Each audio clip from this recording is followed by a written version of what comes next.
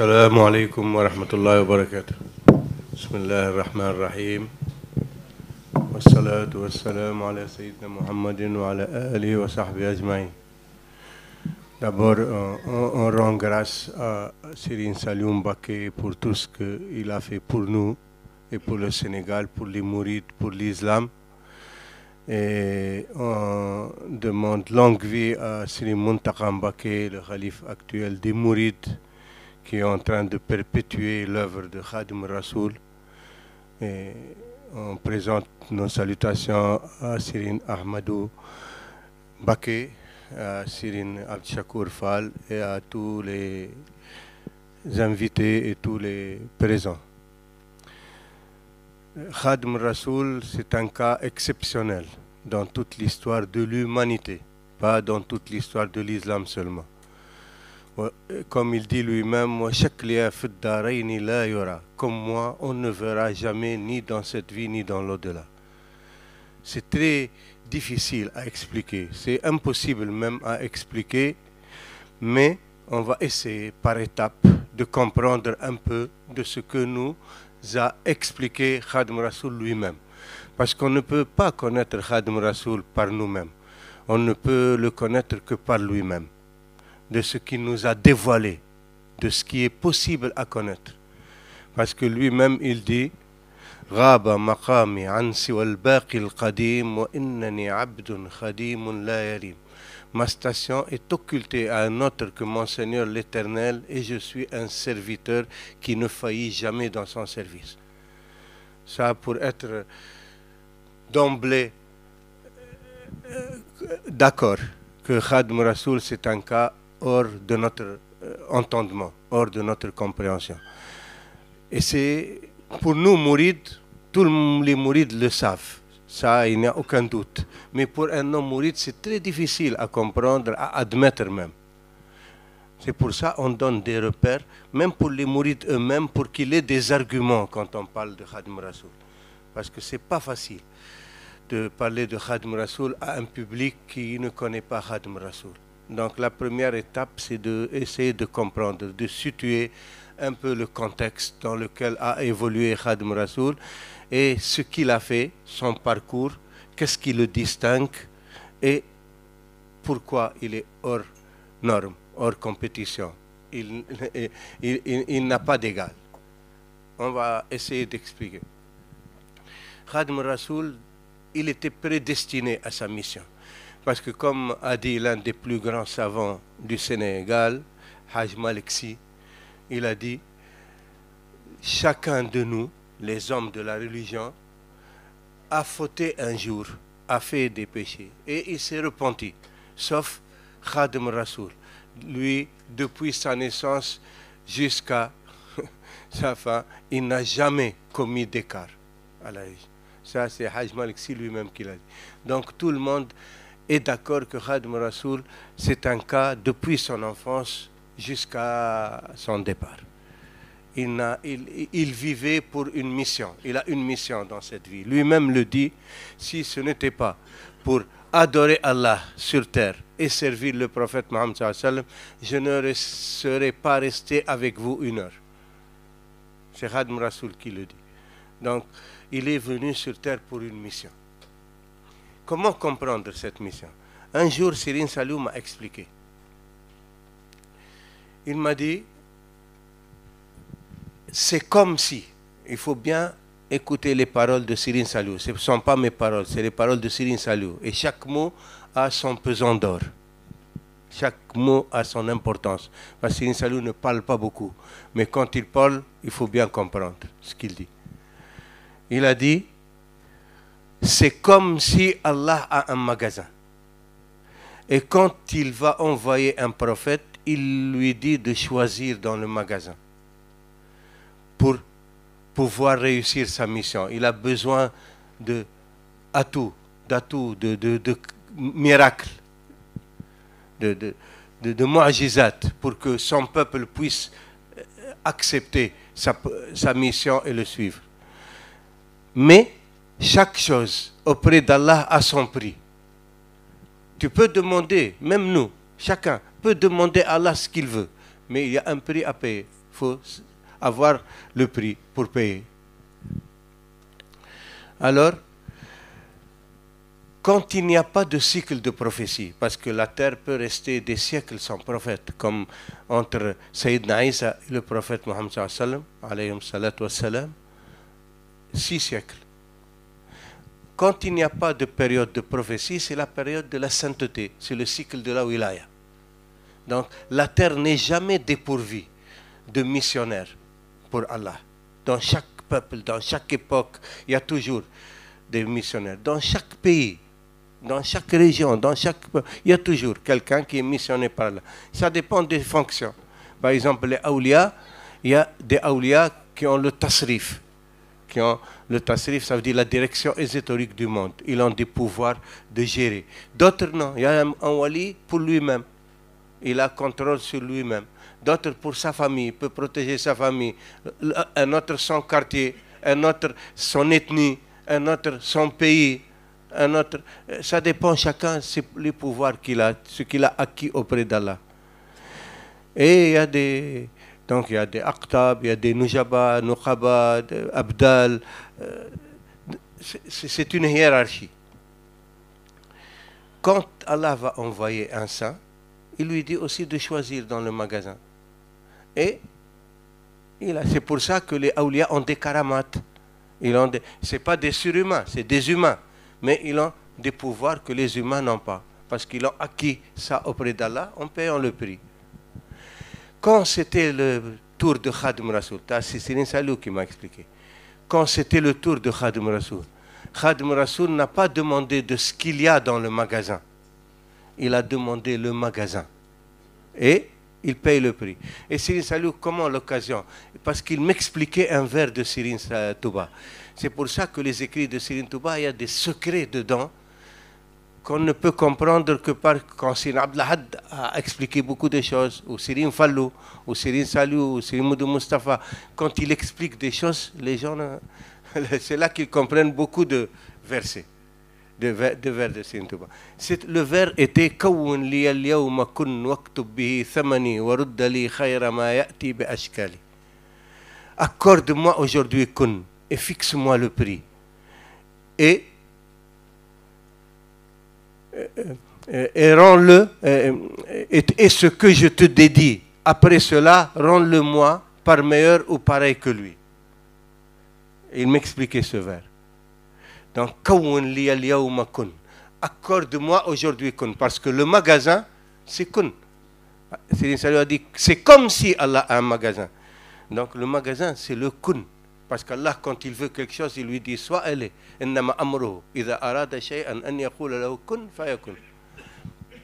Donc, le magasin, c'est le kun. Céline Touba, il demande le kun. Accorde-moi aujourd'hui kun et fixe-moi le prix. Chaque chose a son prix auprès d'Allah. C'est quoi le prix? C'est les épreuves. l'ibtila'at. Le prophète Mohammed sallallahu alayhi wa sallam l'a expliqué. Il dit ashaddu an-nasi ibtila'an al-anbiya thumma al-amthal thumma al-amthal thumma al-amthal. Les plus éprouvés des êtres humains sont les prophètes, après les plus exemplaires, après les plus exemplaires, après les plus exemplaires. Les épreuves des prophètes, les êtres humains, ni les awliya, ni les autres ne peuvent les supporter.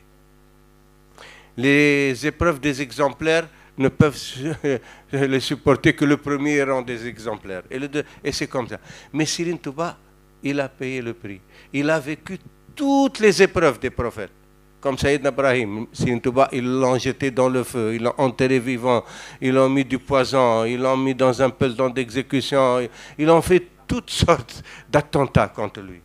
Exil, et les prophètes sont exilés, il a été exilé. Donc il a vécu des épreuves que même lui, il a dit dans une chassida, il explique comment Allah a mis ces épreuves avec les épreuves des prophètes. Il a mis son statut loin de statut des saints. Il n'évolue plus dans le cadre. Et on va y venir à expliquer ça comment. Mais c'est lui-même qui le dit, hein, c'est pas moi.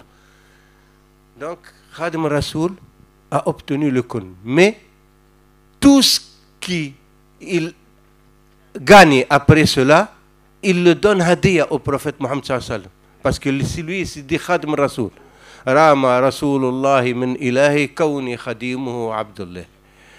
Le prophète a espéré d'Allah que je suis l'esclave d'Allah et le serviteur du prophète. C'est l'espoir du prophète Mohammed sallallahu alayhi wa sallam. C'est le vœu du prophète Mohammed sallallahu alayhi wa sallam d'avoir Khadim Rasoul comme son serviteur. Et Allah a exaucé. Donc Khadim Rasoul, tout ce qu'il gagnait, il le donnait au prophète Mohammed sallallahu alayhi wa sallam. Ou il le donnait à Ahlul Bayt, à la famille du prophète Mohammed sallallahu alayhi wa sallam. Ou il le donnait aux Sahaba, à Sayyidina Abu Bakr, à Sayyidina Omar, à Sayyidina Othman, à Sayyidina Ali. Ou il le donnait à Ahlul Badr. Donc, tout ce qu'il a obtenu, il le donne hadiya. Alors le prophète Mohammed sallallahu alayhi wa sallam n'arrêtait pas de demander à Allah d'augmenter encore pour Khadim Rasoul.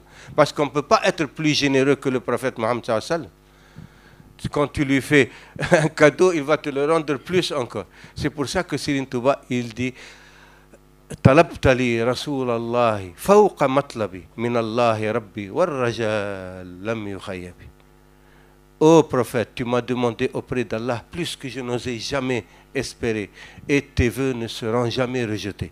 Allah ne rejette jamais une requête du prophète Mohammed sallallahu alayhi wa sallam. Donc les grâces n'arrêtaient pas de se déverser sur Khadim Rasoul jusqu'à un point que nul ne peut comprendre.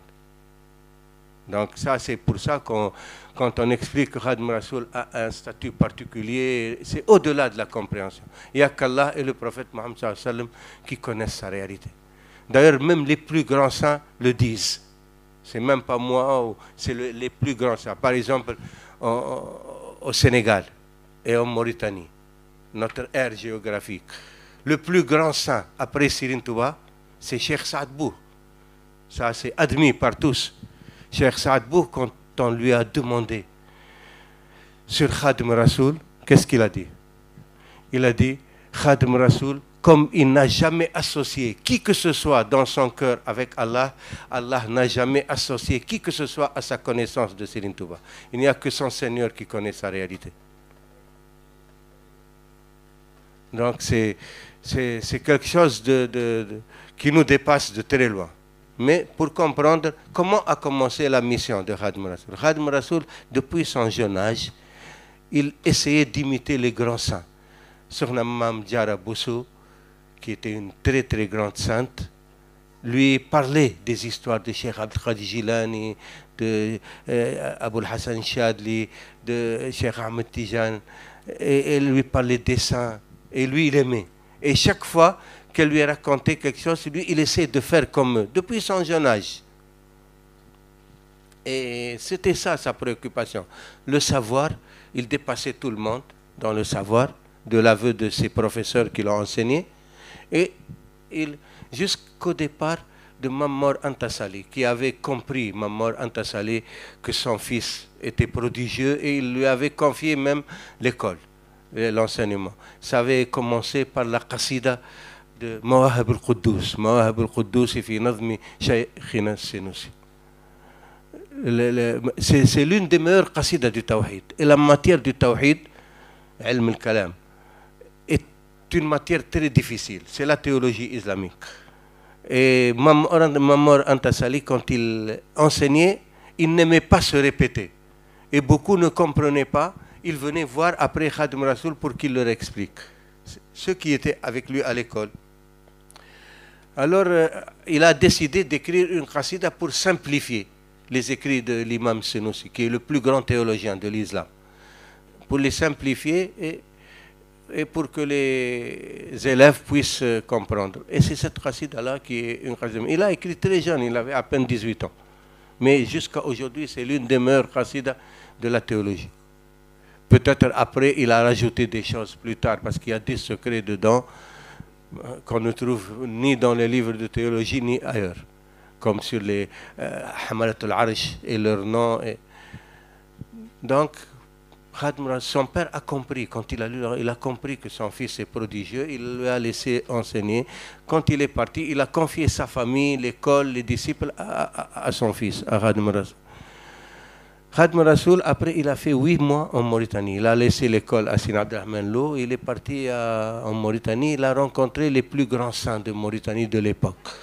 Dans l'un des plus grands, le maître de Idou al-Hajj, Baba Hamdi Ould Baba, qui était l'un des plus grands saints, toujours le Coran dans les mains, il vivait ailleurs, il vivait avec Allah.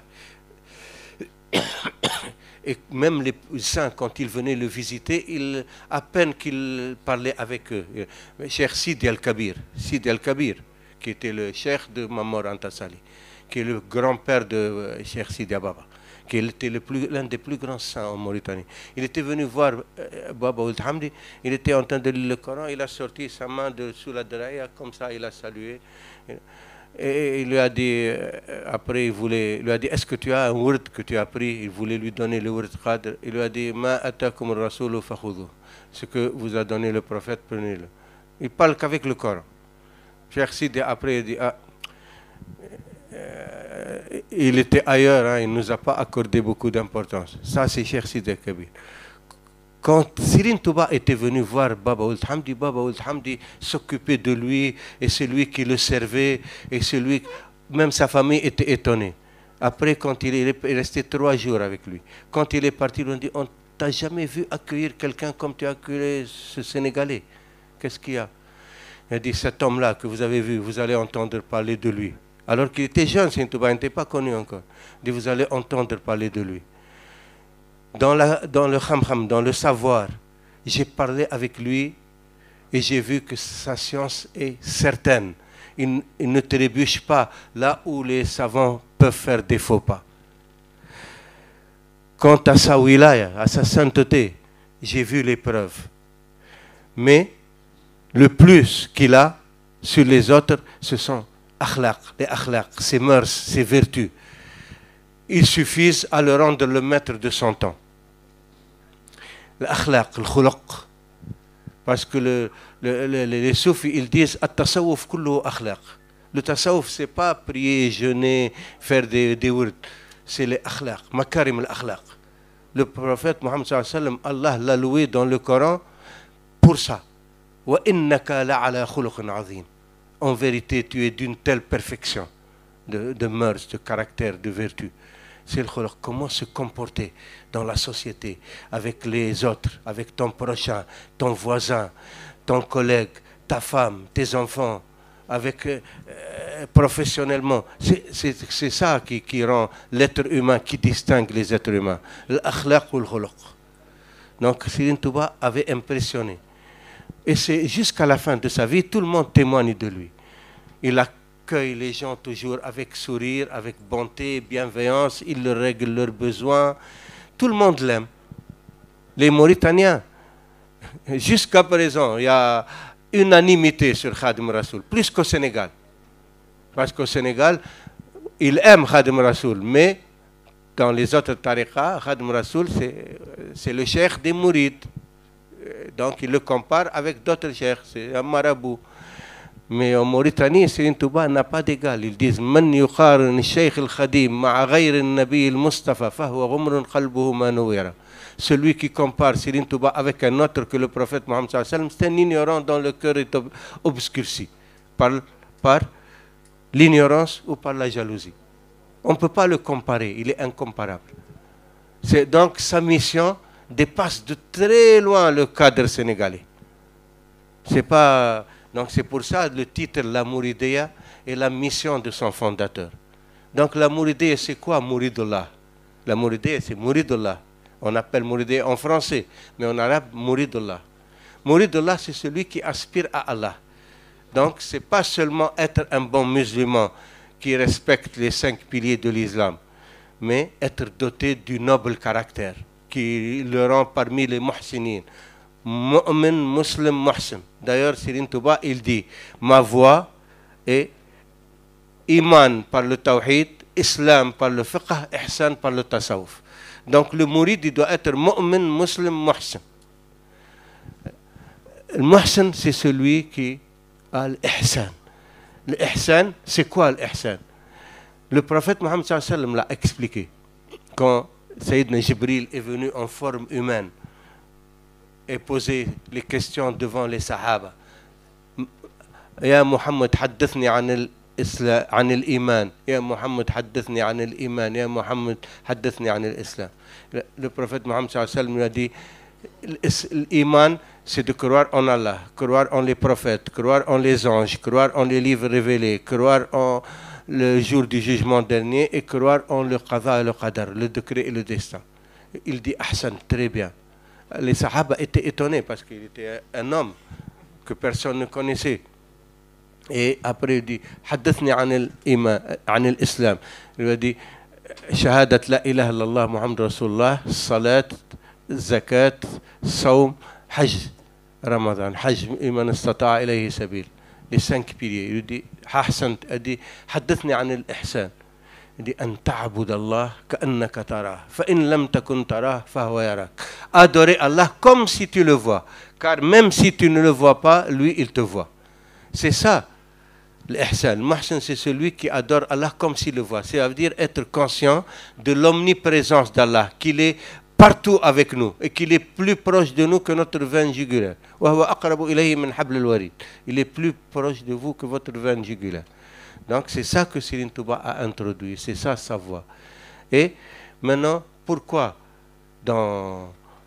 pour l'humanité? Parce que Khadim Rasoul a obtenu d'Allah, comme on a dit, il a obtenu au-delà de toute compréhension. Et ce qu'il a obtenu, c'est de pouvoir sauver qui il veut. Qui il veut. Serigne Touba lui-même l'a dit. Le Seigneur, notre Créateur, m'a accordé la propriété des âmes que m'a confié le prophète élu. Parce que Khadim Rasoul, parmi ce qu'il a demandé à Allah, que tous ceux qui se rattachent à lui n'entrent jamais en enfer. Allah lui a dit, ils sont ta propriété, tu en fais ce que tu veux. C'est pour ça que Serigne Touba, il dit dans la Qasida, Rabbi bima yashahul adhan, حط أمة المصطفى عن كل مفسدة ولترحم الخلق يا من جدهم بدأ يا مالك الملك يا من جل عن قود ارحم جميع الورى يا هاديا ردا. Prends en miséricorde toutes les créatures sans exception. C'est toi qui les as amenées à l'existence.